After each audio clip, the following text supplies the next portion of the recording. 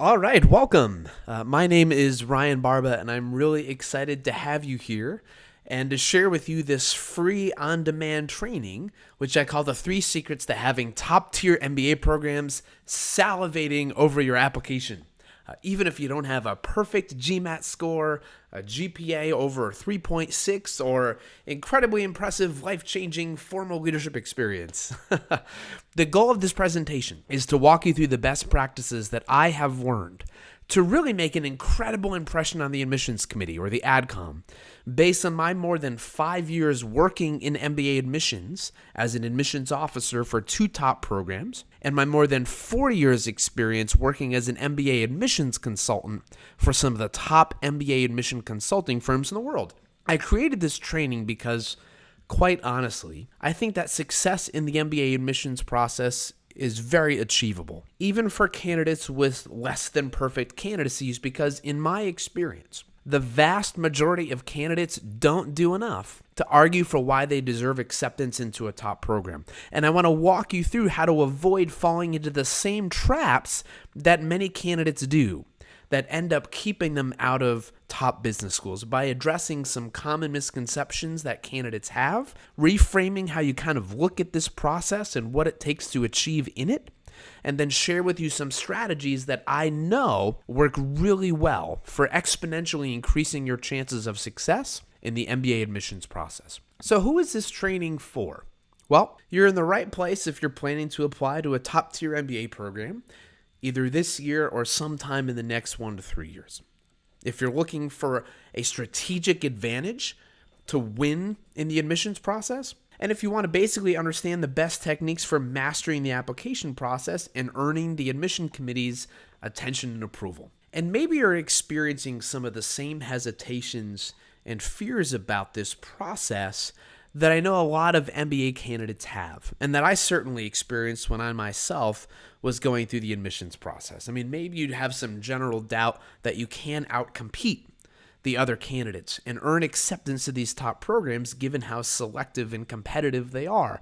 Maybe you fear not getting in because of a lower than preferred GMAT score or undergraduate GPA or some other quote-unquote weakness on your profile. And maybe you're feeling inadequate from doing things like reviewing posts on online forums where you're seeing these fellow applicants and responses from quote-unquote admission experts. I know I felt that way a lot when I was applying. I'd spend hours on these online forums where other candidates would kind of post, well, here's a little bit about my background, my GMAT score, my GPA, etc., and then later check back and see that some of those candidates with really strong profiles weren't getting into the top schools that I was looking at, and then kind of thinking, well, if these people aren't getting in, how in the world am I going to get in, right? So by comparing yourself to all these other candidates, it's really easy to start feeling inadequate. And for me, thinking back to the time when I myself was an MBA candidate, these feelings of doubt and inadequacy led to my envisioning these kind of worst case scenarios, right? I was picturing myself with a stack of nothing but rejection letters and being forced to stay in my current job. So if you're feeling any of these things, right, you're fearing that you won't make the cut, you fear that you'll be stuck in your current job, kind of slowly climbing up the corporate ladder, earning a lower salary than you're worth, and fear kind of just remaining average in your life and in your career, then you're in the right place, because I know a lot of candidates kind of feel that way, and I'm hoping that today's training will make you feel a little bit more comfortable and give you a little bit more confidence heading into this process, knowing that you're armed with some best practices and some strategies that have been proven to work over and over again. So in the interest of doing that, let's start by turning our attention away from fears and worst case scenarios and comparisons to other candidates. And I'd like to just envision what's possible. Right? I think that's worthwhile to envision the positive, exciting possibilities and remind yourself of why it's worth investing your time and energy and into understanding how to really ace this process. Kind of re-acknowledge the prize at the end of the tunnel, if you will. So let's take a minute and imagine what it'd be like to get that call from HBS or whatever your top choice program is, welcoming you into next year's MBA class, or having the security of a top-tier MBA on your resume and what that would do for your earning potential, your leadership growth, your professional network, or even imagine receiving multiple offers from top MBA programs and having the quote-unquote difficult decision of choosing among them. These are exciting things to think about, right? So before we jump into actual content, I did want to quickly introduce myself a little bit so you can basically understand why in the world you should even trust me and my advice. My name is Ryan Barba. I worked in MBA admissions as an admissions officer for more than 5 years, split between Cornell Johnson and Keenan Flagler, University of North Carolina. I'm a Cornell MBA graduate where I was blessed with a full tuition scholarship. I've been a featured contributor and consultant at Stacy Blackman MBA Admissions Consulting, Wall Street Oasis, and Ready4.com. I've been featured in and quoted in the U.S. News & World Report and MBAprograms.org. Professionally, I have a background in branding and marketing, and I was at one time a consultant for a Big Four consulting firm where I worked for multiple years. Overall, I've helped more than 550 candidates gain admission into top 10 programs as an MBA admission consultant, and over time, cumulatively, I have a 94% success rate getting MBA candidates into at least one top 10 program. In fact, more than 40 students currently enrolled at HBS, Wharton, and Stanford are former clients of mine. So hopefully that builds your confidence a little bit so that you know who I am and where I come from. Here's what I believe. The only way for you to get into a top MBA program is to treat it like a competition and to outcompete the other candidates who are vying for the same spots in the same classes of the same schools that you are. And you can't outcompete simply with a high GMAT score or GPA. Certainly that helps, but here's what I believe most of all. There is opportunity to differentiate. And it's not as complex or even as difficult as you might think. There's room at the top, in other words. My time in MBA admissions showed me that the vast majority of candidates don't do enough to really make a compelling case for themselves. And I'm not the only one who feels that way. I actually sat down with the director of admissions at a top 3 MBA program last Friday. I promised her I wouldn't quote her on this, so I can't give you her name, as she and I have become close friends. But picture this, right? We're sitting down in the admissions office at the school, and I'll never forget what she said to me. She said, "You know, Ryan, I sometimes start to think that people who know where they're going and how they want to get there, and who can concretely argue for why they deserve a spot in our class over the thousands of other candidates, maybe they just don't know how to write it down and communicate it. The percentage of candidates who meet these basic criteria and who can actually demonstrate, here's what makes me different, compellingly, is just so low. And in fact, we sometimes wonder, and by we I mean the admissions committee, whether we should be asking different essay questions or interview questions or framing these questions in a different way to kind of force candidates to make a better case for themselves, but we can't figure out how to do that. It's been a problem for as long as I've been working in MBA admission. It's unbelievable, and in truth, it's not actually that hard to get into our program. Despite the fact that we select so few candidates, you just need to tell us why you belong here. And stop telling us you deserve it simply because you took a test and you scored well. I don't even like that we have to consider the GMAT, she said, because I don't think it's a great indicator of how well a student is going to do during and after business school. That's a direct quote from the director of admissions, again, at a top program just this past week. And I'll tell you, I felt the same way when I worked in admissions. Very few candidates are effectively able to articulate what sets them apart and what makes them unique and different in good ways. So when I think about the exercise of differentiating, it's really a branding exercise, right? I mean, think about what attracts consumers like you to buy a company's product or services, especially a company that you haven't bought from before. It's branding, right? It's the messaging that these companies put out to kind of compel you and convince you that buying their product or service is worth it. The MBA admissions process for you is really the same thing.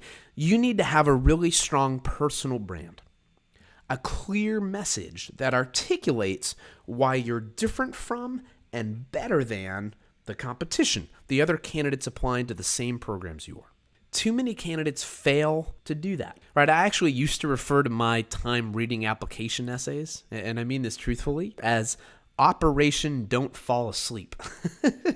And what I meant by that is most of the essays that I would read were just so boring and generic and non-differentiating. And again, as I talked about, it just became so clear to me so quickly that candidates were leaving opportunity at the table. You have to find a way to make your application stand apart from the stack of other applications that file into the admissions office. It's really crucial, and a great way to do that is to excite the admissions committee. Get them excited and confident in your candidacy. Let them know where you're going, why you're excited to go to business school, and what separates you from all the other thousands of applicants who are applying to their program. So, in this presentation, I want to walk you through how to do that. First, I want to share my top 3 secrets for getting top MBA programs to salivate over your application and over your essays. I want to walk you through my best practices for differentiating yourself from the thousands of other applicants you'll be competing with through the application process. What are those things that you ought to be doing before and while applying to really differentiate yourself from everybody else? And then third, at the end, I'll share how I can help you implement these principles if you're interested. So let's jump right into some content. Secret number 1. For each of these secrets, as I introduce these, I'm going to start by introducing a very common myth that I know a lot of MBA candidates tend to believe. So the first myth I want to address: you can't get into a top MBA program without a 700 plus GMAT score.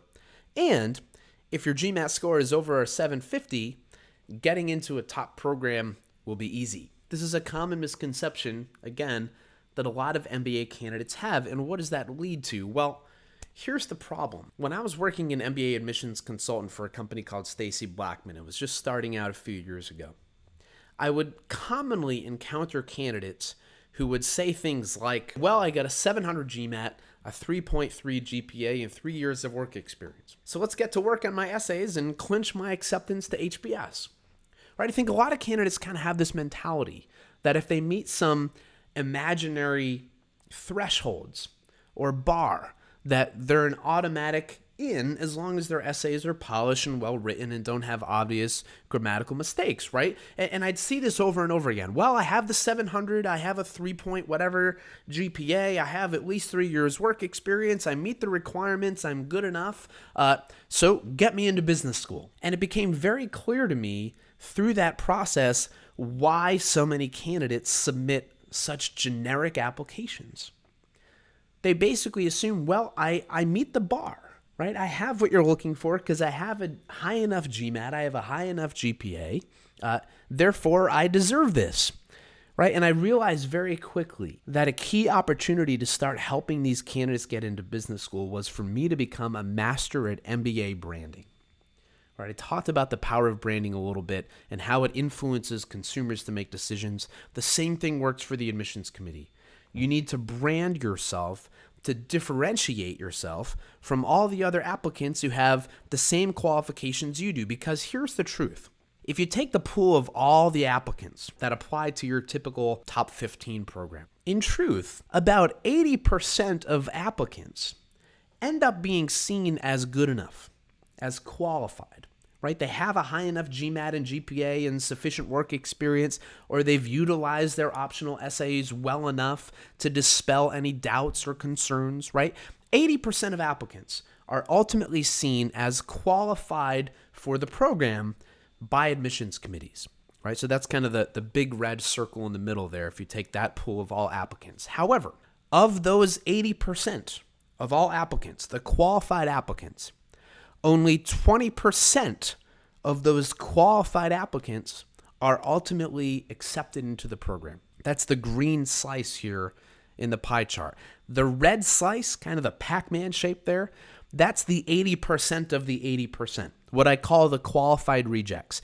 These are people who are stepping forth with a good enough GMAT score, a good enough GPA, sufficient work experience, solid, well-written essays that are really crisp and free of grammatical errors, solid recommendations, who still are not accepted into the program, the qualified rejects. They're good enough, but they don't get in. Your goal, obviously, is to be in that green slice, the 20% of the 80% of the qualified candidates, if you can kind of follow that logic. And these percentages, by the way, are fairly representative for your average top 15 program. That green slice would be even smaller for a school like Stanford, for example, who last year accepted just over 6% of applicants. Hopefully you see the point here. Your goal as an MBA candidate is first to make sure you're qualified, which again isn't that hard to do, but the harder job is getting into that accepted bucket and staying out of that qualified reject bucket. I'll drive this home with a real life example, and I'll introduce you to this client whom I'll call Christina.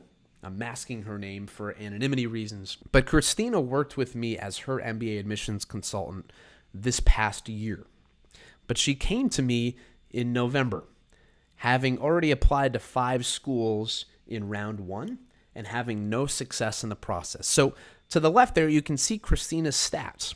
She got a 750 on the GMAT, in the 94th percentile for the quant. She had a 3.7 GPA from an Ivy League institution, 3.5 years of work experience with a promotion at JP Morgan, obviously a well-known company. She had extensive community service experience by being a big sister for 3 years and a president of her local alumni chapter. But when she applied to 5 top-tier programs, she was dinged to all 5. In fact, she didn't even get any interviews outside of Kellogg, which, as you might know, is a school that you can sign up for an interview. You don't even need to qualify. They'll interview anybody who signs up on time. Right? So she went 0 for 5 despite this really high-quality profile. So she came to me in November after having applied to 5 schools with the help of a top admissions consulting firm, I might add, and getting nothing but dings, and basically said, what have I done wrong, and how do I correct the situation? So I reviewed her application for her, and to be honest, her essays were beautifully written. Her resume was perfectly polished. Her recommendations were solid as they had to be. And again, as you can see, she had no obvious weaknesses in her candidate profile. She didn't have anything lower than a B+ in her academic record. She was a solid candidate all around. But her application simply didn't do enough to differentiate her from other candidates. The messaging within her essays was way too generic.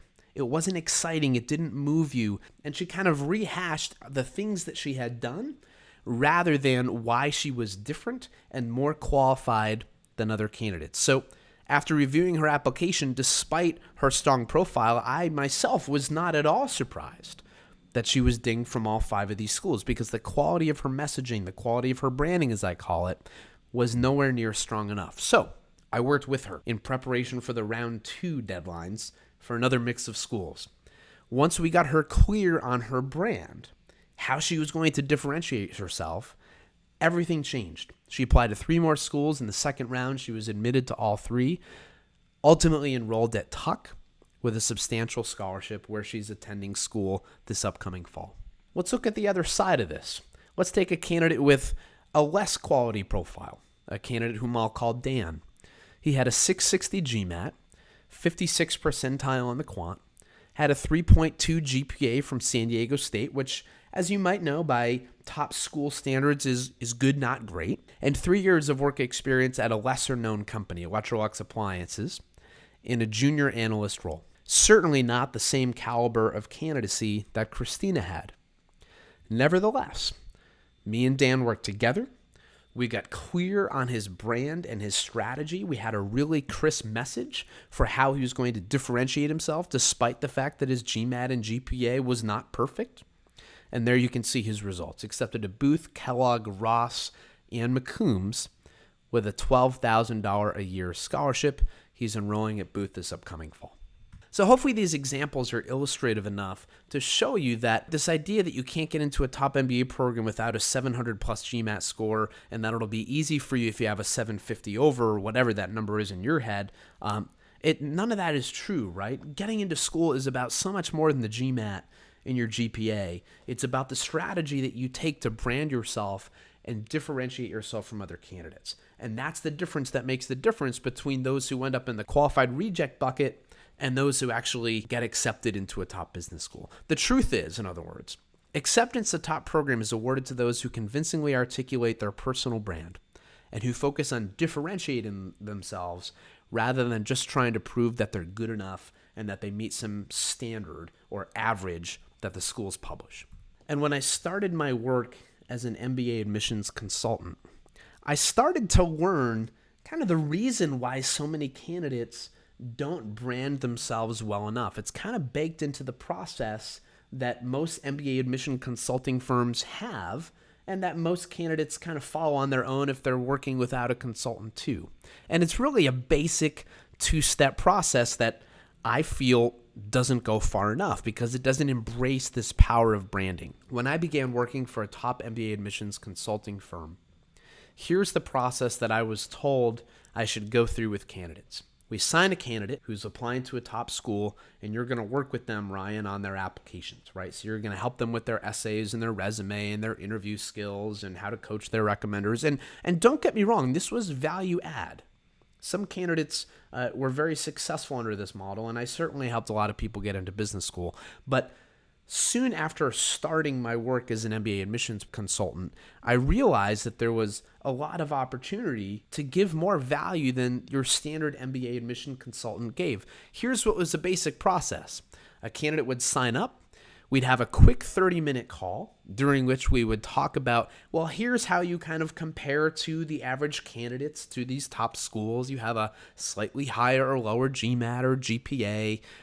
We'd talk about their weaknesses and think about how we might address those into optional essays. So we would talk about, well, do you have any work gaps? Were you fired from any jobs? Did you commit any crimes?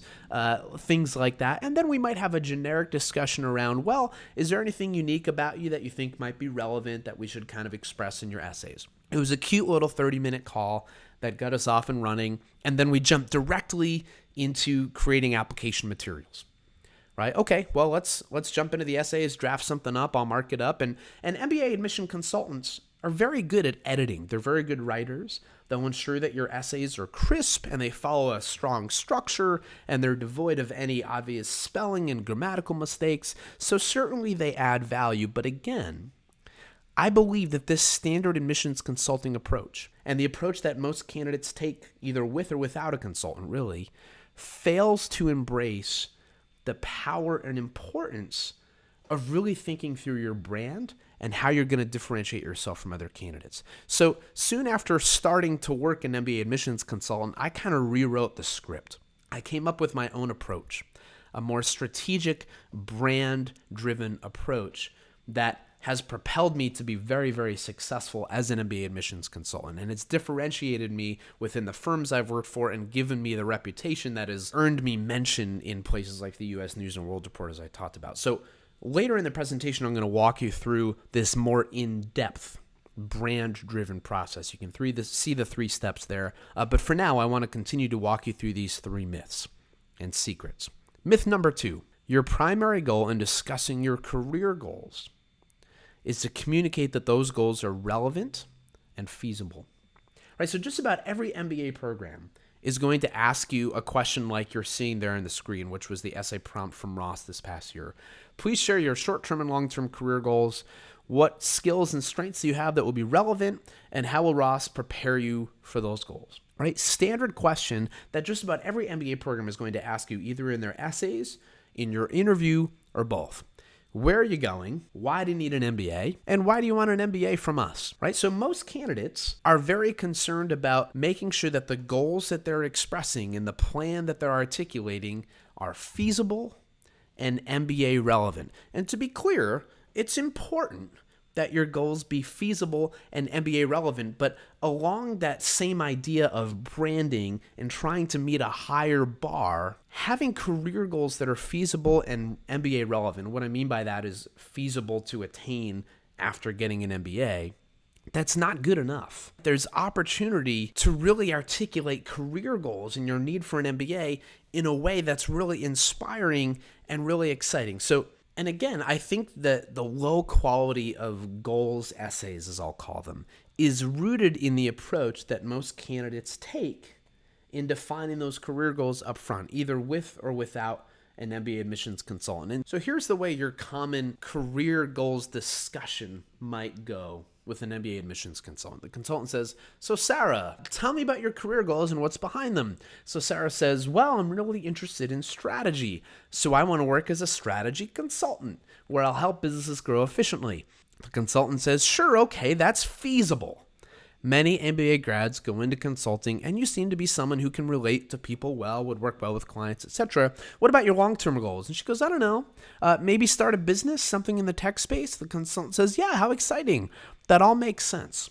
And that's the career goals discussion that a candidate has with his or her admissions consultant. And this is the level of clarity and specificity that most candidates have when they're thinking through their career goals essay. And so what this does is it so often leads to these snooze-worthy Operation Don't Fall Asleep essays that sound something like this. "I have a passion for strategy, and so I want to learn more about strategic principles in business school. Then I want to join a strategy consulting firm, experience that I will leverage later towards starting my own tech startup." Right? So that's what Sarah's hypothetical essay would probably read like. And again, so many candidates submit essays that are feasible and realistic, but does that content do anything to inspire the admissions committee or differentiate Sarah from the thousands of other applicants, many of whom also want to go into strategy consulting? Of course, the answer is no.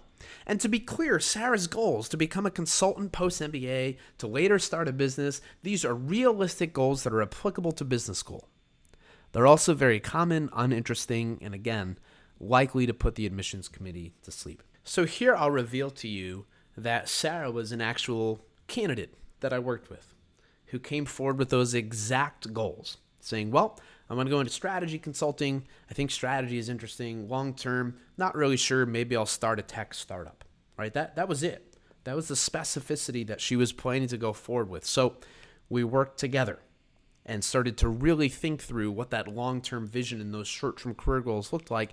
And here's how her essay ended up playing out. And I know it's a really text-heavy slide. I think it's the only one. But I'll walk you through this. Here's what she ended up saying. "As a 14-year-old kid, I still remember watching my disabled mother, sidelined by her recent stroke, as she struggled to simply walk to the kitchen to get a glass of water. As she did, I turned my head to catch a commercial advertising a new wearable technology product that could measure an athlete's heart rate and help him or her to achieve fitness goals.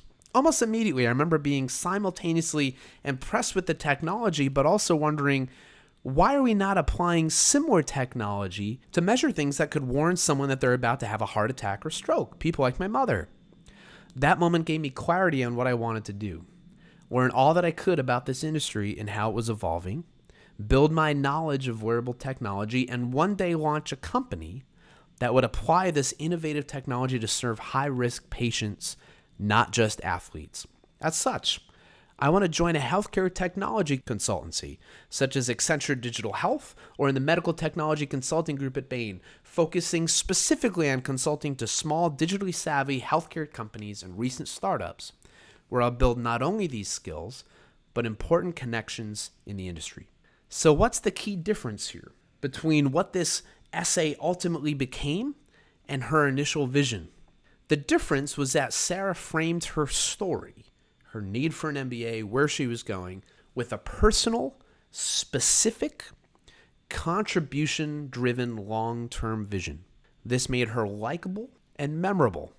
And yes, by the way, it was still realistic and MBA applicable. And I'm sure you can see the difference there between the quality of that essay and how inspiring and heartfelt and thoughtful it was versus the candidate who says, "I like strategy, I want to go into strategy consulting, and MBA is going to teach me strategy. Long term, I don't know, maybe start a startup of some kind." Sarah and I worked together very closely to get really clear on where she was going, what that long-term vision looked like, and that specific type of consulting she wanted to do. And business schools loved it. She was accepted to 4 top-tier schools, enrolled at SOM with a $15,000 a year scholarship, graduated in May 2017, and is now employed at Bain. So hopefully you're seeing that your primary goal is not to just articulate that your goals are feasible and MBA relevant. In truth, communicating a compelling and specific long-term vision that articulates the impact and contribution that you want to make to the business world, to society, to your clients or customers, whomever, is 100% mandatory. That's the difference that makes the difference in a career goal essay, is that clear, specific, inspirational long-term vision. Secret number 3 addresses 2 common misconceptions and myths that I'm going to group together. And so what you're seeing there on your slide are 2 kind of representative quotes that I hear from candidates often as I start to work with them as an admissions consultant. First, they'll say something like, well, I only have 3 months of community involvement to put on my resume. I'm screwed, right? Or, I don't have any actual leadership experience since I'm still a junior employee in my company and I don't have any direct reports or leadership responsibilities. I'm screwed, right? So these are 2 common misconceptions or concerns that candidates have. They don't have enough community service experience, or they don't have enough formal leadership experience, and therefore they're at a competitive disadvantage in the admissions process. It's a myth, first of all, that you need formal leadership experience or the ability to kind of BS your way through it and pretend that you do. Right? A lot of people believe that. You either need formal leadership experience, you have to do a good job pretending that you have formal leadership experience in order to qualify for a top MBA program. Untrue. Second myth, community service is all about showing commitment over time and showing that you have a heart. Also not true. That's not actually the value that having community service on your resume or your application has. Instead, here are 3 truths that many MBA candidates fail to acknowledge or understand. First, there are actually very effective ways to show leadership potential, even if you're not in a formal leadership role. In fact, most MBA candidates are not in formal leadership roles yet. They're going to business school hoping to transition into leadership roles. Second truth, if you're seeking opportunities to make an impact as a leader, community involvement is your prime opportunity to do that. If you're having trouble finding great leadership examples in your work, then that's the value that community involvement has. It's not that hard to reach out to a nonprofit or local charity and take on a leadership responsibility in organizing the next fundraiser or the next 5K, etc. Because in fact, when it comes to community service involvement, depth is much more important than breadth. In other words, it's much more valuable to show an admissions committee that you were really engaged and really involved in a community service organization where you had a really great impact, as opposed to just saying, hey, look, I worked for 5 organizations over a 6-year time frame,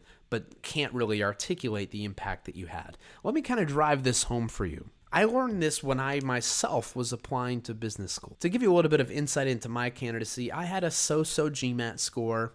I had a decent GPA of 3.5 from a school that's really not that well known outside of Massachusetts, a school called Assumption College. And I worked for a company called Meditech, Medical Information Technology, where I was basically in a sales support role. Right? My candidacy certainly didn't jump off the page, and I didn't have any formal leadership responsibilities.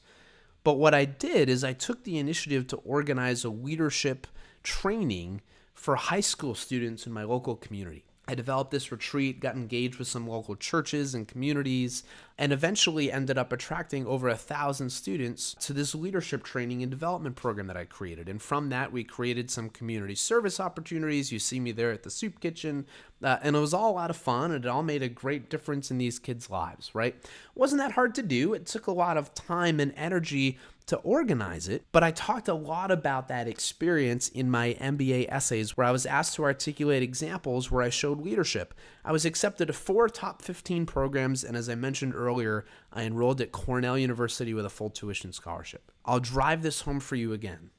As an MBA admissions officer, I was always more impressed by a candidate who dedicated him or herself to one organization and made a significant impact, even for a short period of time, than one who stayed involved in 15 organizations over 5 years but had little to show for it because they hadn't really made their mark or contributed in any significant way. So if you're lacking examples where you think you showed solid leadership at work, and if you're lacking community service involvement, you can kind of solve both problems at the same time. Give yourself a couple months, find an opportunity to join a nonprofit or local charity, do something good that you can measure the results of, and talk about that in your resume and application, and it's going to be gold to the admissions committee's ears. Going back to this idea, however, that you can show leadership skills at work, even if you're not in a formal leadership role where you have direct reports and a team that's reporting to you. There are many examples where you can show leadership skills even if not in a managerial position. And you see a few of these listed here. You can certainly motivate others, or set a vision or goal for a group, or build consensus, or keep people with diverse opinions and backgrounds on the same page, even if you're not a manager or a leader of a team. These are just a few of a million examples of things that you could articulate that show solid leadership skills and potential that you can talk about, or opportunities that you can pursue between now and when you apply to business school to show off your leadership potential, again, even if you're not in a formal leadership role. So hopefully now you see how these myths aren't true, right? That you need formal leadership experience to prove that you're a leader, or you have to kind of lie and say you do, or that community service is just about showing commitment over time and showing that you have a heart. Certainly it's not a bad thing to show that you're committed to a cause and that you have a heart. But in truth, it's more important to show impact within the organizations that you join, and you can have an impact in just a month or two if you seek and pursue the right opportunities. So it's not too late for you to show leadership and show community service involvement if you have at least a month or two before you apply to business school. So to recap the 3 secrets. First, outcompete with a compelling personal brand. Admission into business school is not just about your GMAT and GPA. Second, inspire the admissions committee through your long-term vision. That's the difference that makes the difference between a really high-quality goals essay and one that falls on deaf ears because it's too boring and generic. And then secret number 3, community involvement is a prime opportunity for you to show leadership skill. And again, when it comes to community service, it's much more about depth than it is breadth. So earlier in the way, I shared with you kind of the old way that most applicants approach the admissions process, whether they're working with an admissions consultant or not. They just kind of start by gauging, well, where do I fall? What are my weaknesses? What do I need to address? And then they just kind of wait for applications to come out and say, okay, I can answer that question. Let's just make sure I adhere to the word limit, right? These are important things to do, to think about your strengths and weaknesses and complete your application well and make sure that your essays are devoid of typos and grammatical errors, things like that. But again, there's a higher bar. And there's a better approach that I think you ought to be taking that I've been able to test and refine over the last few years. So here's the approach that I now take as I'm consulting and coaching MBA candidates who are applying to the top schools in the world. I call it my MBA brand method, and it's 3 steps. It starts by getting clear about your brand, how you're going to differentiate yourself, then developing a strategy around that brand to position yourself to individual schools, choose schools that are going to appreciate that brand and where you'll fit in well, gaining momentum and building rapport with those programs, and then actually creating a plan.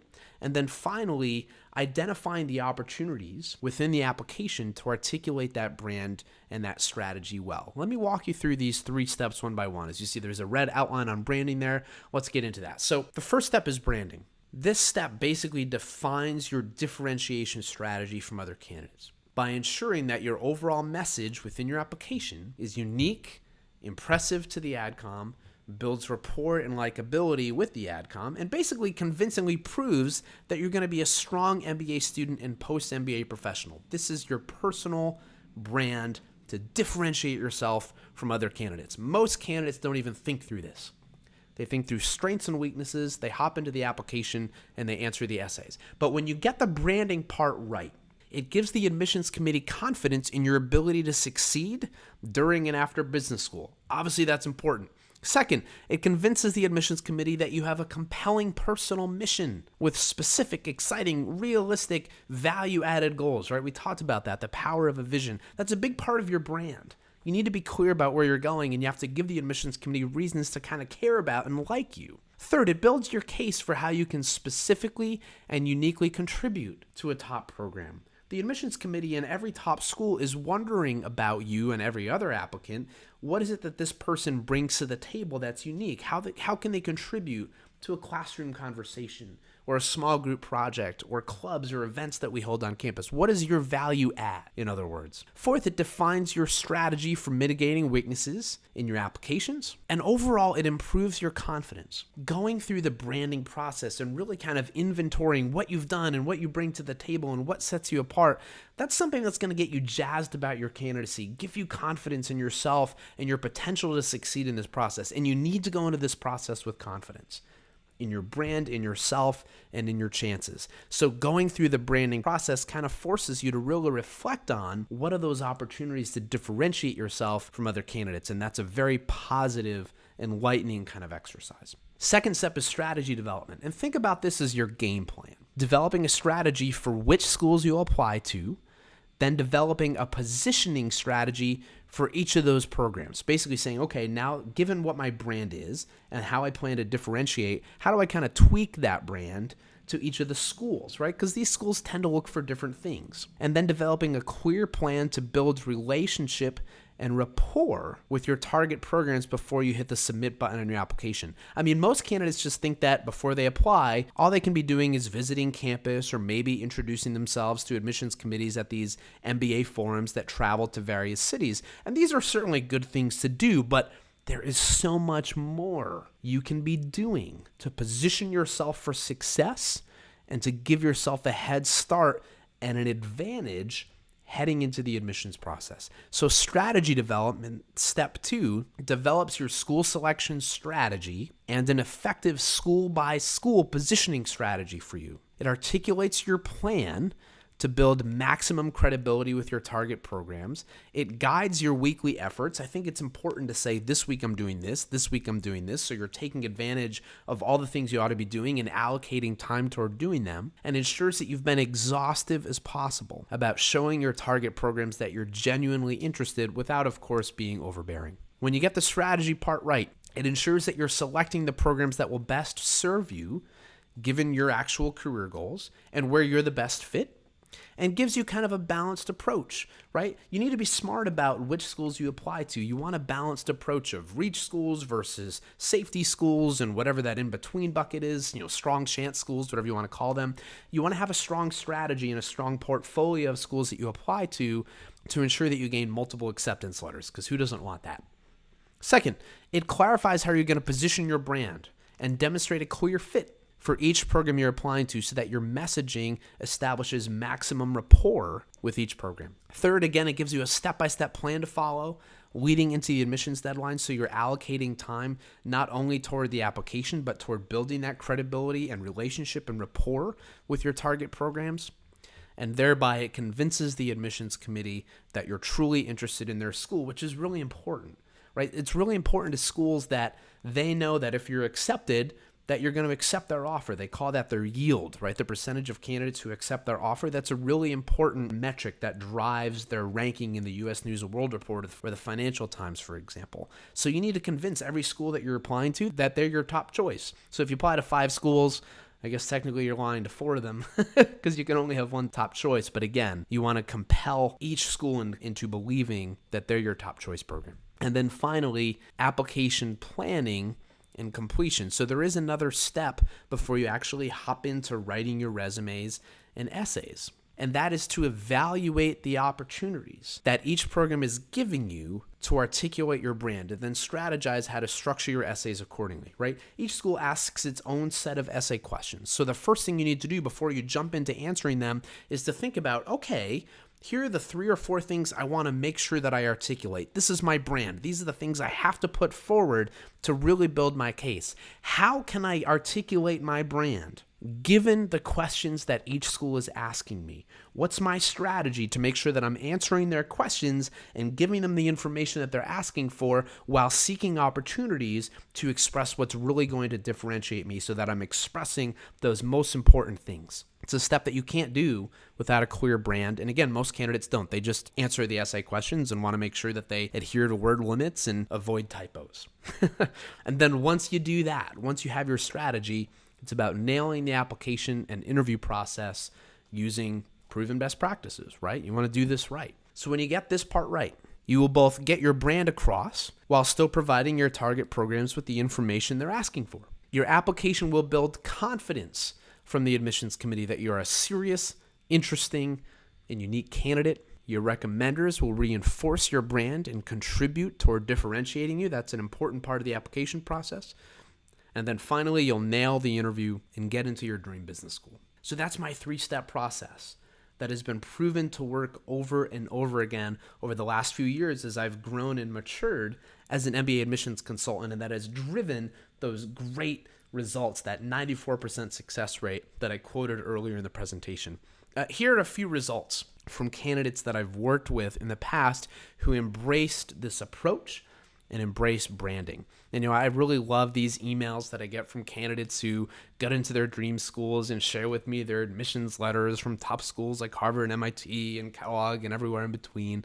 And you can see the results that getting into these top programs has had for these candidates, right? So here's one who got into Sloan and HBS, was a retail manager and salesperson making $46,000 a year, got accepted to Harvard Business School, joined Harvard Business School, and just accepted an offer to join McKinsey as a strategy consultant, where she will earn $125,000 a year with a $20,000 signing bonus. Compare that to the $46K she was making before business school. And as you can see there, her quants there were just okay by a top school standards, a 650 GMAT, 69% quant, and 3.3 undergraduate GPA. A couple other examples. Up top, you see a candidate that I worked with who was accepted to Wharton and Berkeley, ultimately enrolled in Wharton and is now a product manager at Amazon. She's more than tripled her salary, had a 670 GMAT, a 3.37 GPA, and then the candidate below was a financial analyst making $75,000 a year, almost doubled that salary with a 690, 3.41, was accepted to Kellogg with a $100,000 Forte scholarship, accepted to MIT,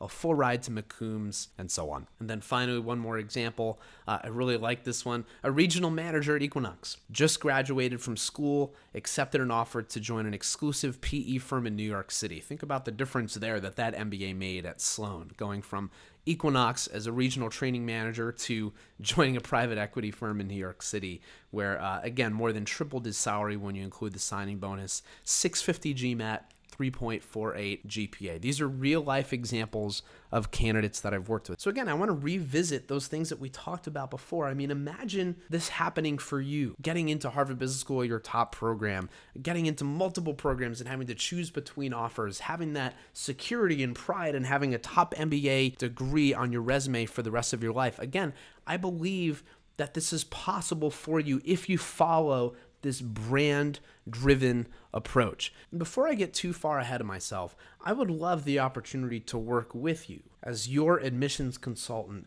as you apply to these top schools and walk you through this process more immersively, teach you how to brand yourself, differentiate yourself, articulate that strategy, and work directly with you to carve really high quality applications so you get into those dream schools, get multiple offers, and transform your life and your career. And again, I have so much success. Here are a few more testimonials from people that I've worked with either this past year or 2 or 3, 4 years ago. Right? So here's Mike S., who talked about how important it was that he develop his strategy and brand and ensure that his essays and applications were telling his story compellingly. He got into Booth, Ross, and Fuqua. He just enrolled and he's attending Booth this upcoming fall. Jake B. getting into HBS, who talked about how I helped him gain that vision and motivation and strategy to crush the admissions process, even though he didn't have a perfect GMAT score. Mark H., $20,000 scholarship to Kellogg. Dream come true.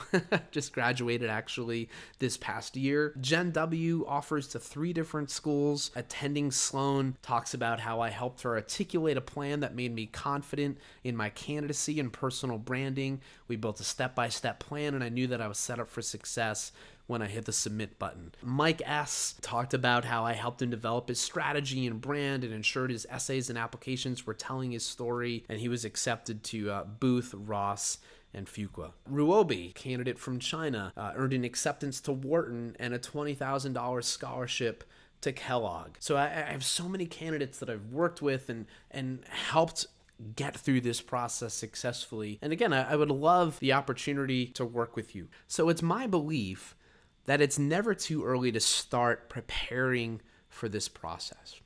Right, I want you to stop wasting time in these online forums, comparing yourself to other candidates and psyching yourself out.